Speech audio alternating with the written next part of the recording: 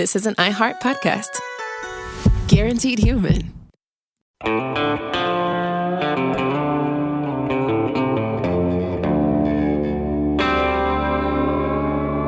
Body Bags with Joseph Scott Morgan.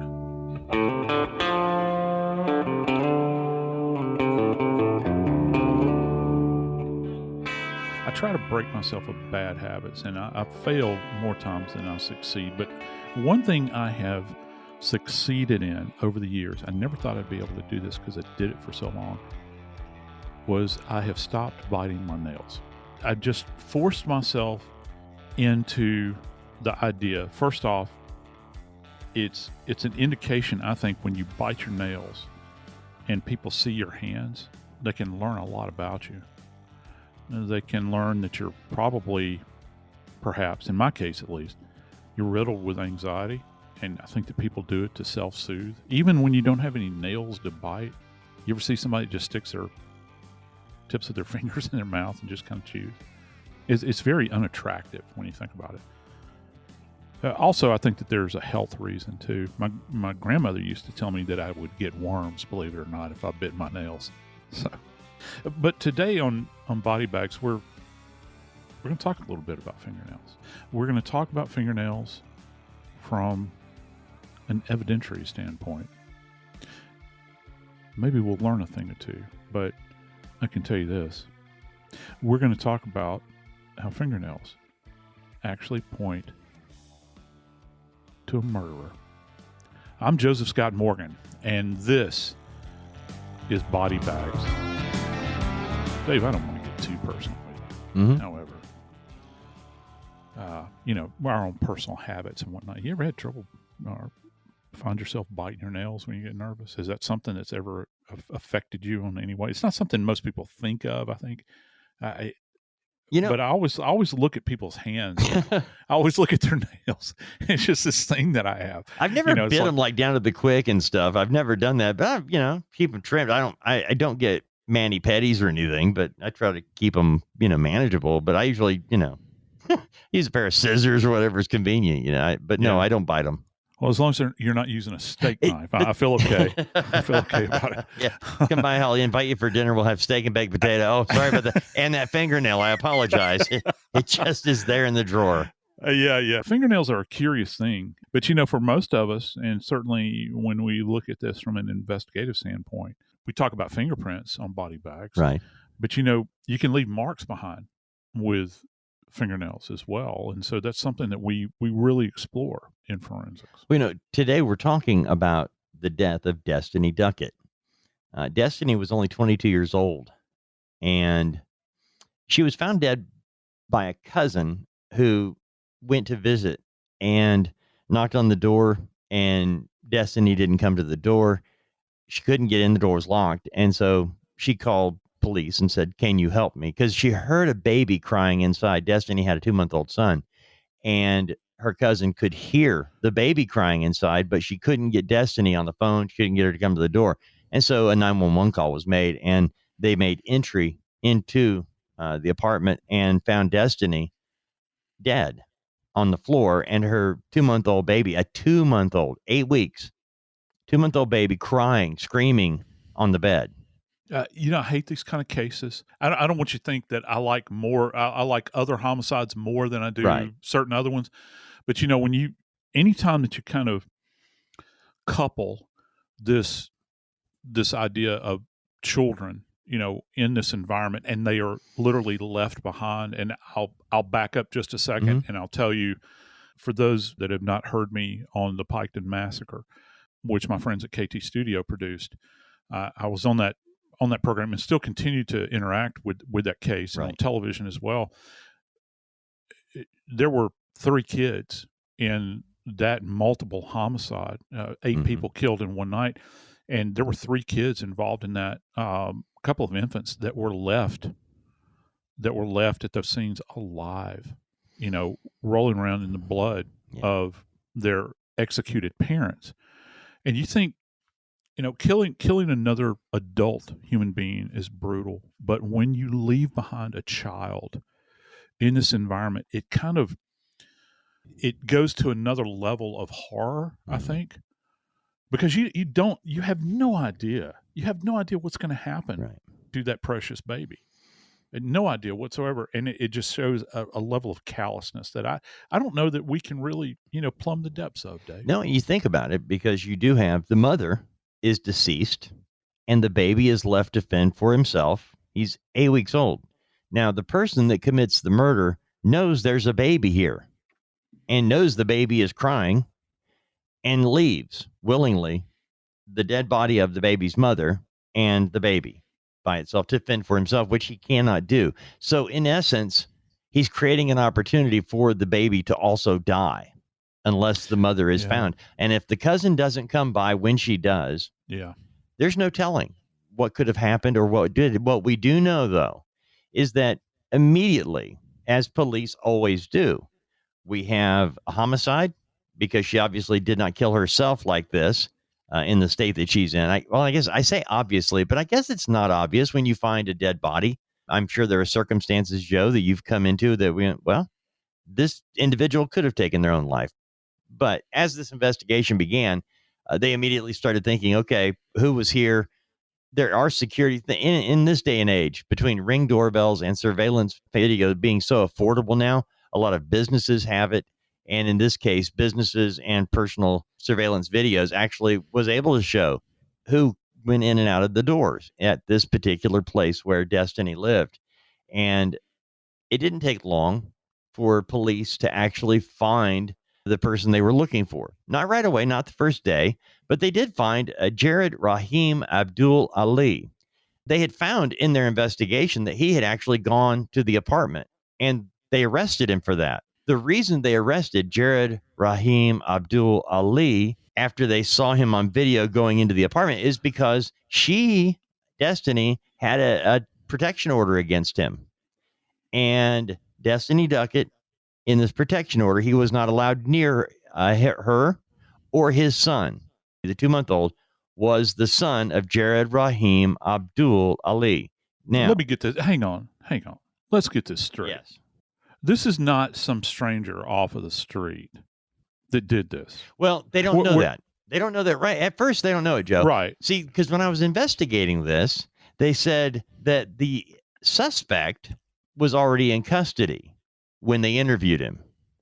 And they kept saying that all the reports said the suspect is in custody on another charge, on a different charge.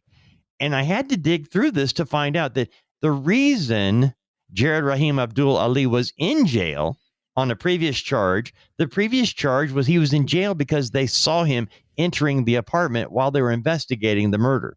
They didn't have evidence to charge him with the murder yet, but they were able to put him in jail for breaking the TPO, the temporary protection order that was against him. Destiny had filed that. And so by him being at her apartment, they were able to put him in jail on that charge while they investigated the murder. Now, I don't know how quickly police jump from one conclusion to the next. I'm assuming they don't. Joe, you're much more aware of how they think than I do. I look at something and I think, well, it's obvious. He was seen going into her apartment. She's now found dead. The baby's unharmed. But you guys can't do that. As investigators, you have to figure out everything and get it all in order before you can sit down and charge somebody. Yeah, you do, and you try to logically pace yourself, I think, through all of the steps of the investigation. Because the worst thing you can do is to jump to any kind of conclusion about what might be. Because it's possible that he could have gone there to visit against the TPO. Right. And left, and somebody else came through and killed her. Yeah, that's certainly a possibility. And, I guess that there are a lot of other possibilities that might exist too. And you have to entertain these and try to pare them down logically as an investigator to try to get first off, look, one of the things that we really dig into when we have cases like this is that, and I've said this before, we look into the circle of intimates involved in a case. Who knows Destiny? Who knows her? Who would impact her life? Who would be so angry with this 22-year-old mother of a 2-month-old child, that they would, in fact, take their hands, wrap them around her throat, and according to a forensic pathologist, choke her for as long as 15 minutes.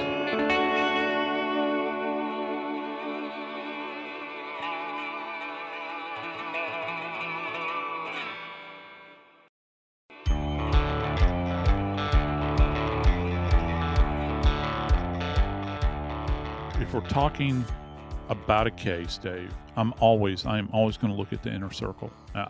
You have to, because it's the inner circle. Well, the way I describe it is the person's life, the victim's life, is like, if you think about a target, like a standard target that has a bullseye right in the center, the body and the victim is that bullseye. And then everything else just kind of radiates out from there. And I have to prove or disprove those things contained within the bullseye in the immediate circle adjacent to that person and their remains.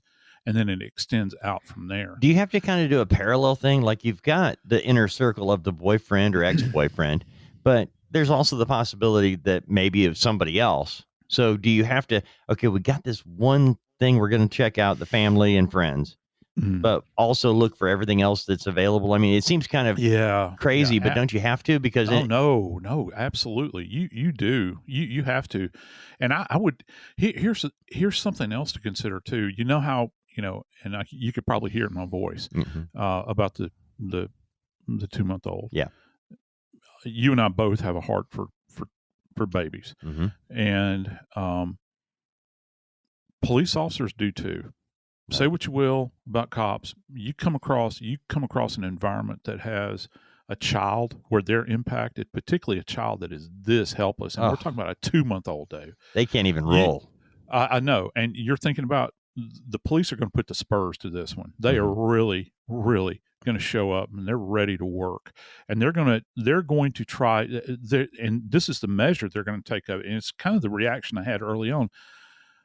Who in their right mind would do this and then leave a 2-month-old in this environment? Because there's no guarantee that she's going to be found. Right. That is the mother. The relative that shows up, I guess on one hand you could look at it and say it's dumb luck. Yeah. I mean, it's dumb luck that she came by. I know she's worried about her. Obviously, they have a relationship.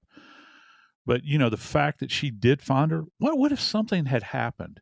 What if something that in this relative's life, they have to go do something else? They have to go to work, or maybe they have their own kids, or maybe what if the baby's not crying, Joe? What if the baby's not crying? Because that was what got them to call that's how 911 got there. They're like, absolutely. If the baby's not crying, there's no reason to break down a door. No reason whatsoever.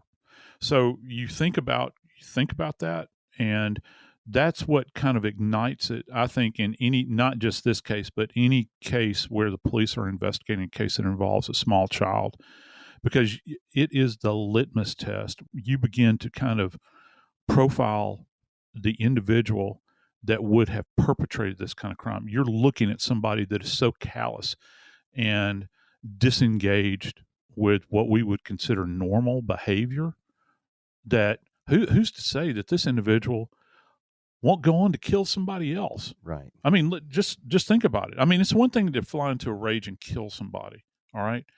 But if you're going to do this and leave a baby in your wake, there's no limit to what you might potentially do, Dave. Well, the investigation, actually, as they dug into it, they arrested Abdul Ali because they saw him entering the apartment the night before her body was found.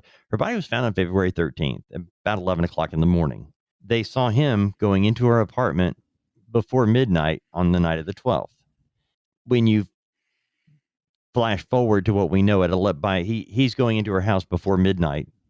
And then the next day at 11:03, when the cousin calls 911 and they find Destiny Duckett dead and the baby crying. So there's at least 10 or 11 hours there, probably. Lag. Yeah. Between the time that Destiny Duckett has been murdered and the baby is crying. And if the baby's not screaming and crying, when the cousin comes to the door, there's no reason to enter in there. Knock on the door, she's not answering. But thankfully, that was what got the police to go, okay, Abdul-Ali couldn't be here because she had a TPO against him, or a PA, whatever it's called there in Pennsylvania. PFA, I think is what it's called. And by him being at the apartment that they saw him while they're investigating the murder, they see him entering on February 12th against the PFA order. So they were able to pick him up, put him in jail. Now he's on ice. Now they're investigating, Joe. And baby's being taken care of by somebody. And now they have the body. Do they start by dusting the entire apartment? Do they start by removing the body? What did they do first? No. Well, first off, everything, again, let me go back to my analogy with the bullseye. When you're working the scene, this has nothing to do with suspects. This has everything to do with the scene. Scene is worked concentric to the body. So being concentric as opposed to eccentric. I'm a college professor, and there's a lot of us college professors that are very eccentric. You've heard that term. You don't hear the term concentric very often. I used to think y'all were so smart until I met you guys, and then I went, y'all are nuts. There you go. We are. We're is absolutely... it the students that made you nuts? No, not in my case, at least. I can't speak to. I can only speak to my situation. I understand. And yes, I am nuts. So there you go. I've confirmed it. But yeah, so at a crime scene, you think about working the case concentrically. So, and again, this is no disrespect to the dead, but let's look at this from a practical scientific standpoint, from a forensic standpoint. The body, in all cases where there is a body present, is the single largest piece of evidence that you have. Everything else, it's the font that everything else springs from. Right. Okay. And so you work out from that body. In most cases, we try to work the scene with the body present as long as we possibly can, and then remove the body. But one of the problems you encounter at a scene with a body indwelling is that you have to be very careful when that body is being removed from the scene, because you don't want to disrupt anything peripheral to the remains, like coffee tables, sofas, debris on the floor that lead to the body. Maybe you've got a blood trail that literally leads to the body, and you have to weigh this out on balance. If we remove the body, are we running the risk of destroying something or rearranging something, or because it's all about the relationship to the physical evidence relative to the remains. You know, what kind of actions took place that brought about the death of the subject? Sometimes at scenes, you will have multiple teams of people that are doing different things. So let's just say you've got the ME investigator, coroner investigator that's examining the body. You know, you'll probably have the lead detective in the room. Then you're going to have a photographer that's there that's taking like 360-degree views of the body. They're doing macro and micro photography. And then you, depending upon the department, you're going to have a print person that's there. And they're going to go over particular areas where they can dust for prints, particularly on surfaces that you might be looking for latent prints. You think about bathroom surfaces, even the table, maybe the coffee table adjacent to the sofa. The sofa, if it's a porous surface like a cloth or something, you're not going to be able to lift anything. Maybe there's a drink container that's sitting there that has just been left and no one took it to the kitchen to put it in the sink or the dishwasher. You're going to print that. And the other thing relative to all of this is that when you have a case like this poor woman that has been brutally murdered, there could be intimate evidence that's there. I mean, like at a molecular level. So if I dust an area, is there a chance? Is there a chance that I might disrupt any kind of DNA evidence that might be in the scene? So when we manage cases, you're managing it extending out from the scene where you're going around, you're looking for suspects, but then you have to manage the case as it applies to the scene itself. And you have to be meticulous about it. And you literally document every step that you take along the way, because all that you do is going to be drawn into question.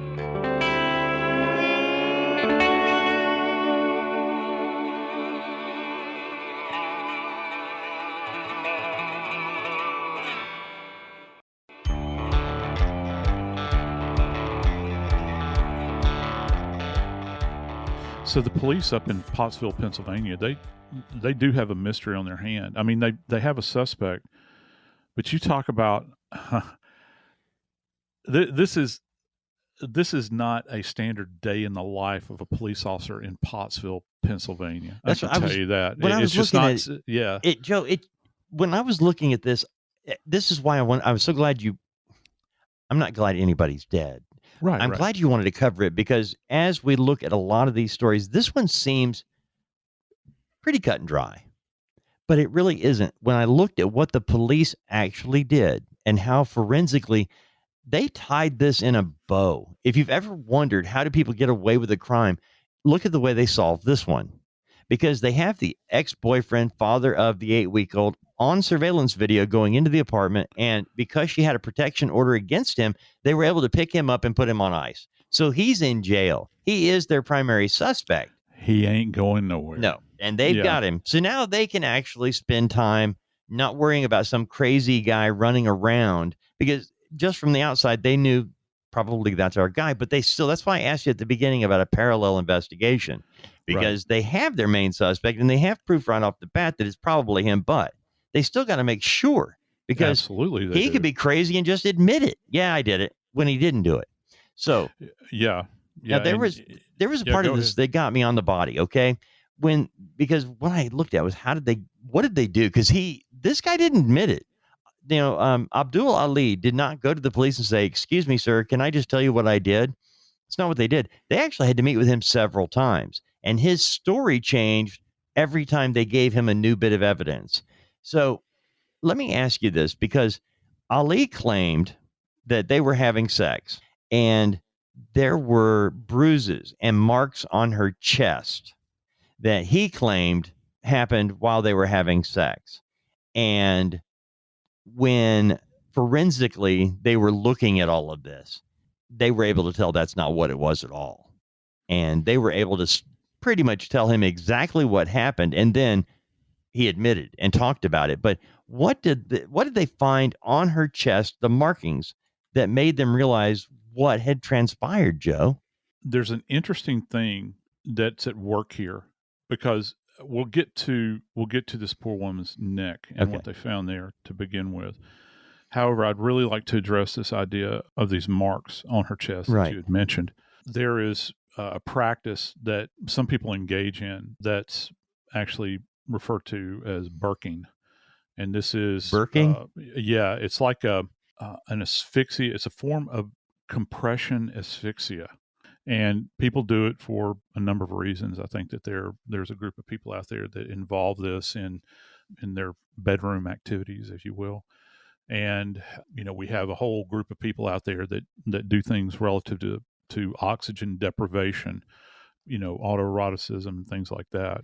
But it comes down to an idea of control. And so with compression asphyxia, if you place your body weight on an individual, you don't necessarily have to wrap your hands or ligature around their throat.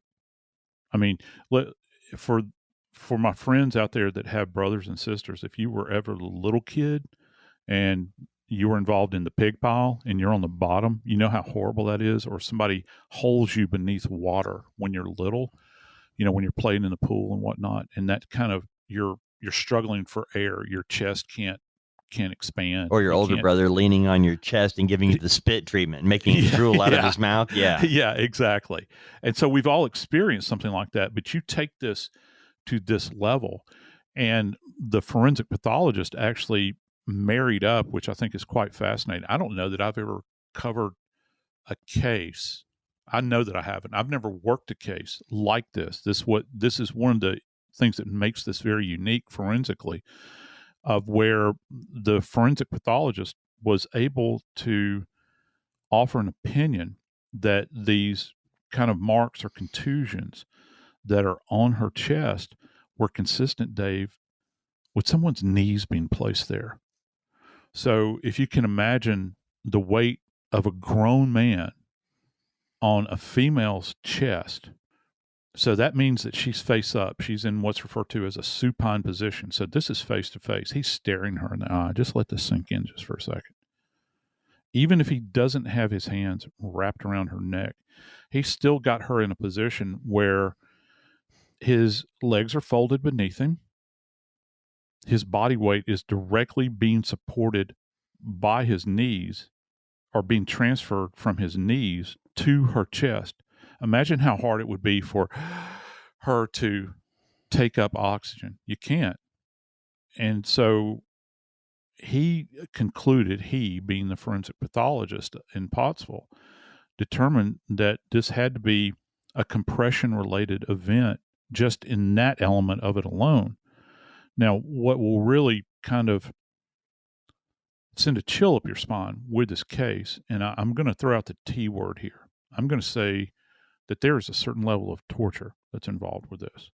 Because anytime you have a case of oxygen deprivation that's being perpetrated on another individual, it can be said, I think, that there is that this would be a torturous death, because you're trying to breathe, you can't breathe, your body is being compromised to this point.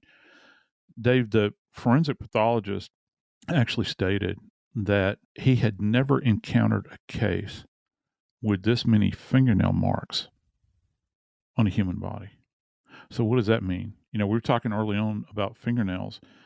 When an individual is wrapping their hands around a subject and they are digging their fingernails into the neck as they are choking, applying pressure, you leave these little elliptical injuries to the surface of the skin. And for everybody that, take a look at the tips of your fingers right now, and you'll see how your fingernails have this elliptical shape to it, and they're like little blades, and they dig into the skin. And so every time you readjust your hand, say you have to re-grip, remember, now all the while, allegedly, he's on her chest, applying direct pressure to her chest.